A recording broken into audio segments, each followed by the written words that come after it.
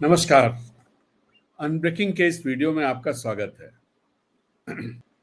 मोदी जी लगातार सरेंडर कर रहे हैं और अभी G7 में भी सरेंडर करके आए हैं। पहला सरेंडर उनका हुआ जब जाति गणना के मसले पर उन्होंने जाति जनगणना जिसकी आलोचना, कटु आलोचना करते थे। मैं पिछले 1-1.5 महीने की बात कर रहा हूं सिर्फ। Surrender surrender surrender. पिछले जो जाति जनगणना की घोषणा करनी पड़ी उनको, कैबिनेट में फैसला लेना पड़ा, तो सरेंडर हुआ। दूसरा सरेंडर, ट्रंप ने 13वीं बार कल कहा है कि हमने पाकिस्तान भारत के बीच में समझौता डील कराई है, और ये उस फोन कॉल के बाद कहा है जिस फोन कॉल में प्रधानमंत्री मोदी ने ऑपरेशन सिंदूर के बारे में बात की, और विक्रम मिश्री जो हमारे विदेश सचिव हैं उन्होंने बताया कैसे उनको ये बताया गया कि भारत और पाकिस्तान ने आपस में बात करके ये किया था। अब मेरे कुछ सवाल, ये सवाल एक तो ये है कि अगर ट्रंप को ये बताने का क्या मतलब है? ट्रंप को तो ये कहा जाना चाहिए कि आप जो बोल रहे हैं वो झूठ बोल रहे हैं। खैर, हम उस पर भी नहीं जा रहे हैं। बहुत अच्छा काम किया कि मोदी जी ने ये बात कही और इस बात को प्रचारित किया, और साथ में एक बात और प्रचारित की कि ट्रंप ने उनको व्हाइट हाउस बुलाया था, लेकिन उन्होंने कहा मैं अपनी व्यस्तताओं के चलते मैं नहीं आ सकता हूं। इस बात को व्हाइट हाउस या ट्रंप ने अपने सोशल मीडिया पर कहीं कोई जिक्र नहीं किया है, लेकिन हमारी तरफ से, हमारी सरकार की तरफ से ये बात आई है और इस तरह की चीजें कही गई हैं। हमारी मीडिया में ये बात आई है और मीडिया में ये चीजें कही गई हैं कि प्रधानमंत्री मोदी को ट्रंप ने बुलाया था, आमंत्रित किया था कि वो आए और मिलते हुए जाएं, क्योंकि वो कनाडा में मिल नहीं पाए।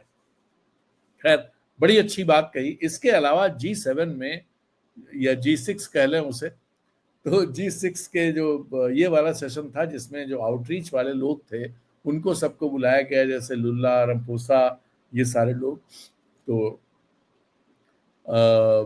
उसमें उन्होंने कहा कि पश्चिम का दोहरा रवैया, आतंकवाद पर दोहरा रवैया है लोगों का, और तमाम उस तरह की बातें जिसमें वहां बैठे देशों को ही निशाना बनाया, और अमेरिका को भी एक तरह इशारों में कहा है उन्होंने। अब ये जो बातें कही हैं, इनका क्या मतलब है? क्या ये दरअसल हो ये रहा था, पहले क्या हो रहा था कि जो इंटरनेशनल, मतलब जो इसमें क्या बोलते हैं, कूटनीति में और इंटरनेशनल पॉलिटिक्स में जो चीजें थी उनका इस्तेमाल मोदी की छवि चमकाने के लिए डोमेस्टिक पॉलिटिक्स में किया जाता था। अब वो जो किया जाता था उसका बंडाफोड़ हो गया। अब प्रॉब्लम ये है कि वहां पर जो है वो जो हो रहा है वो पूरी तरह से नेगेटिव हो रहा है। जैसे हर कुछ करने के बाद ट्रंप ये कहते रहे कि हमने इसे डील कराया है। अब ऑपरेशन सिंदूर को लेकर के जो, जबकि गवर्नमेंट का स्टैंड है कि नहीं नहीं, बिल्कुल नहीं, और हमारा तो नीतिगत वो है कि भाई दोनों के बीच कोई मध्यस्थता नहीं करेगा, तीसरा कोई नहीं आएगा, हम ही लोग हैं। तो हम लोगों ने ही, पाकिस्तान ने फोन किया, वो डर गया, उसने फोन किया, हमने मान लिया, और इस तरह से ऑपरेशन पास हो गया। ये अब एक जबरदस्त तरीके से जो प्रधानमंत्री ने कहा, यहां सब जगह बहुत बड़ा बड़ा छपा है, बढ़िया छपा है, पूरा मैसेज जनता के बीच गया है कि प्रधानमंत्री ने ट्रंप को सुना दिया। और ट्रंप ने जो कहा है वो छोटा छोटा छपा है, वो कहीं अंदर भी छपा है, अंग्रेजी के अखबारों ने ठीक छापा है, 1-2 अखबारों ने, सबने नहीं, लेकिन बाकी तो अंदर ही कहीं छाप दिया है, उसे छोटा सा छाप दिया है, जिससे उसकी महत्ता नहीं है। उसमें एक और इम्पोर्टेंट बात है, वो इम्पोर्टेंट बात है कि आसिम मुनीर, जो जनरल आसिम मुनीर हैं, जो फील्ड मार्शल हैं पाकिस्तान के, उनको लंच पे ट्रंप ने बुलाया था।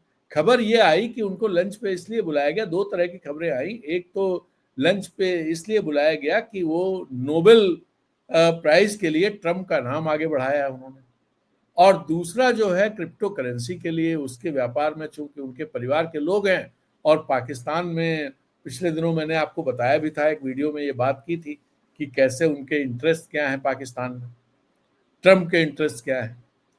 और किस तरह से उनके बेटे का दोस्त या बिजनेस पार्टनर वो कैसे वहां आकर के गया और शहबाज शरीफ ने उसे होस्ट किया, दुबई में भी किया, और क्या क्या चीजें हुई।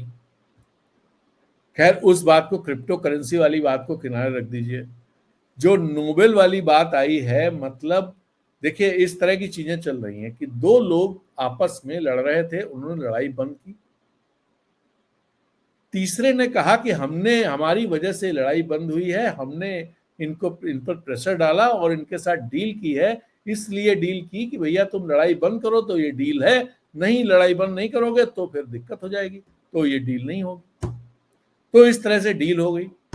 और जैसे ट्रम्प कहते हैं कि हमने कहा स्टॉप, और उन लोगों ने स्टॉप कर दिया, तो ये डील हो गई।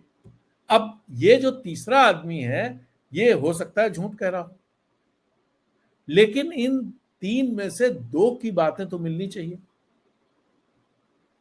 अब जो दूसरा आदमी है, जो वो कह रहा है कि ये जो तीसरा आदमी है इसने ही डील कराई है, और ये डील नहीं कराता तो स्थिति बड़ी भयावह हो जाती, और चूंकि इसने इतना बड़ा काम कर दिया है कि ये डील करा दी, इसलिए इसका नाम नोबेल प्राइज के लिए भेज दिया है, हमने अपनी तरफ से रिकमेंड कर दिया है। अब आप बताइए कि ट्रंप ने नोबेल प्राइज वाले का भी खंडन नहीं किया कि साहब हमने नहीं डील कराई। अगर उन्होंने डील नहीं कराई है, उनके प्रयासों के चलते नहीं रुका है, तो नोबेल प्राइज के लिए कैसे कोई रिकमेंड कर सकता है? कैसे कोई रिकमेंड कर सकता है?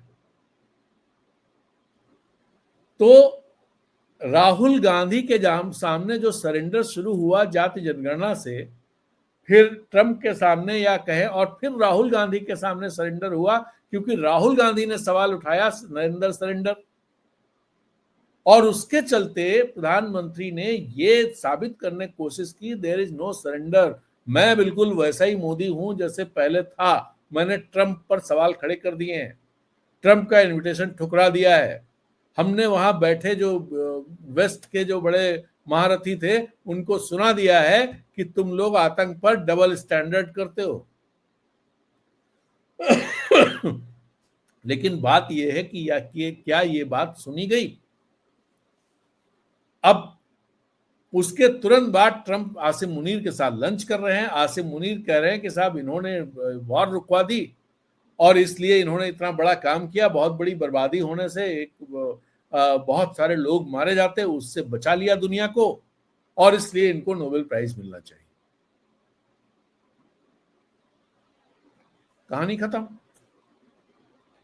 तो सरेंडर सरेंडर सरेंडर, और सरेंडर में भी दिक्कत ये हो रही है कि कुछ मिल नहीं पा रहा है, अब सिक्का घिस चुका है। और जो 16 आने हैं, वो 16 आने, 8 आने बचे हैं कि नहीं बचे हैं पता नहीं, बिहार के चुनाव से पता चलेगा, लेकिन 12 आने के आसपास तो रह ही गए। ये बहुत साफ है। तो ये चीज थी जो सरेंडर सरेंडर सरेंडर मैंने कहा है, उसकी वजह ये है। अब प्रधानमंत्री मोदी, दरअसल प्रॉब्लम क्या है कि उनकी विश्वसनीयता बहुत प्रभावित हो गई बहुत सारी चीजों पर, कि और दूसरा मीडिया ने जिस तरह से चीजें, झूठ कुछ भी कर दिया, कुछ भी बता दिया।